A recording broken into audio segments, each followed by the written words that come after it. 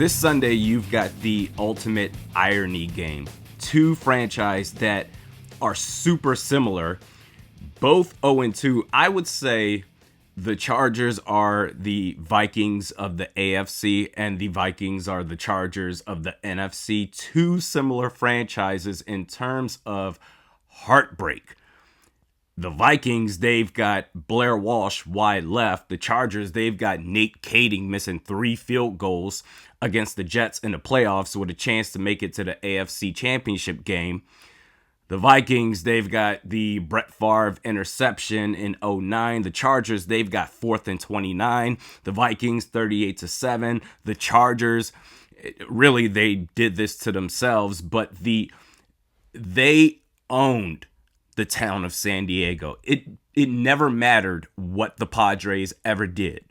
The Chargers were kings of San Diego, and they decided we're just going to rip away from this city and go to a town that has generations of Rams and Raiders fans, and I'm sure we'll fit in. But ironically enough, these two teams, very similar, coming together, both 0-2 in a must-win situation. You look at the Chargers. They are 5th in rushing at 147 yards per game, 11th in passing. So they have a very balanced offensive attack. But if I told you that you're going up against a defense that consists of Joey Bosa and Khalil Mack, and I get that Khalil Mack is past his prime, but he's still pretty good. He had 8 sacks last year. So they have a decent pass rush on paper. And in the secondary, you've got J.C. Jackson and Derwin James, led by a defensive head coach who, by the way, last year, they were top 10 against the pass. You would say, oh man, we've got our work cut out for us.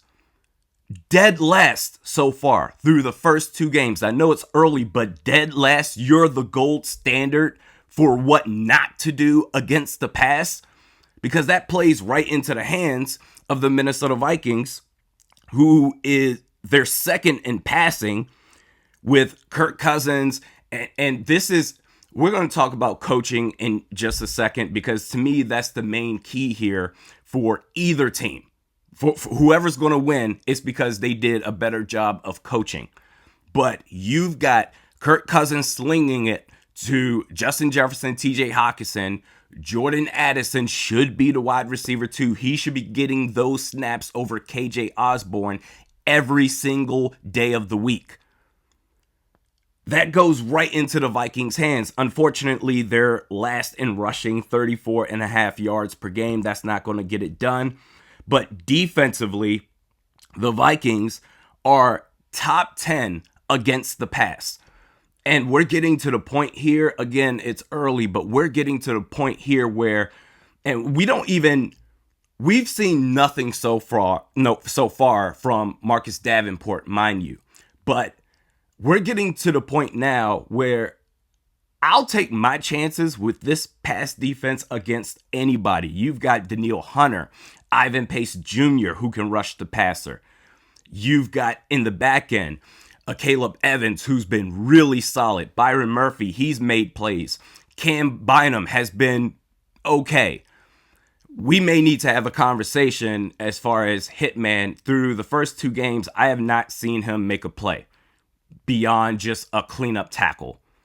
So we may need to have a conversation if this continues on as far as, okay, are we better off with Cam Bynum and Josh Metellus as the starting safeties? But I digress. The injury report as of Wednesday for the Chargers, we'll start with them first. Joey Bosa has a hamstring injury. He was limited. Austin Eckler, I'm just going to assume that he's not going to play on Sunday. Eric Kendricks, former Viking, was a DNP. Khalil Mack, he rested. Mike Williams was a full go, so he should be all right. For the Vikings, Garrett Bradbury, I'm going to assume he's not going to play. Marcus Davenport, DNP. I mean, at some point, is this dude going to play or what? The number 0 on his jersey, is that going to represent the number of games he plays in the 2023 season? Christian Darrisaw was limited. Jordan Hicks was limited. Josh Metellus and Jalen Naylor also limited. Nothing about this really surprises me. Marcus Davenport and Christian Darrisaw, at this point, if they play, it's a bonus. For the Chargers, Austin Eckler, probably not going to play, but Joshua Kelly, you can't take your foot off the gas. You can't take your foot off the gas against the run baseline because you're not really good if you're the Vikings defense. That's their flaw. In fact, if you look at just still shots from the Eagles game, from the lanes that their offensive line created, it was embarrassing.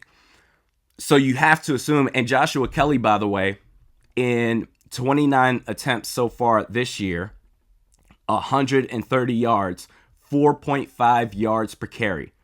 So they're still going to be just as dangerous. This game is going to come down to coaching, knowing your strengths and your weaknesses.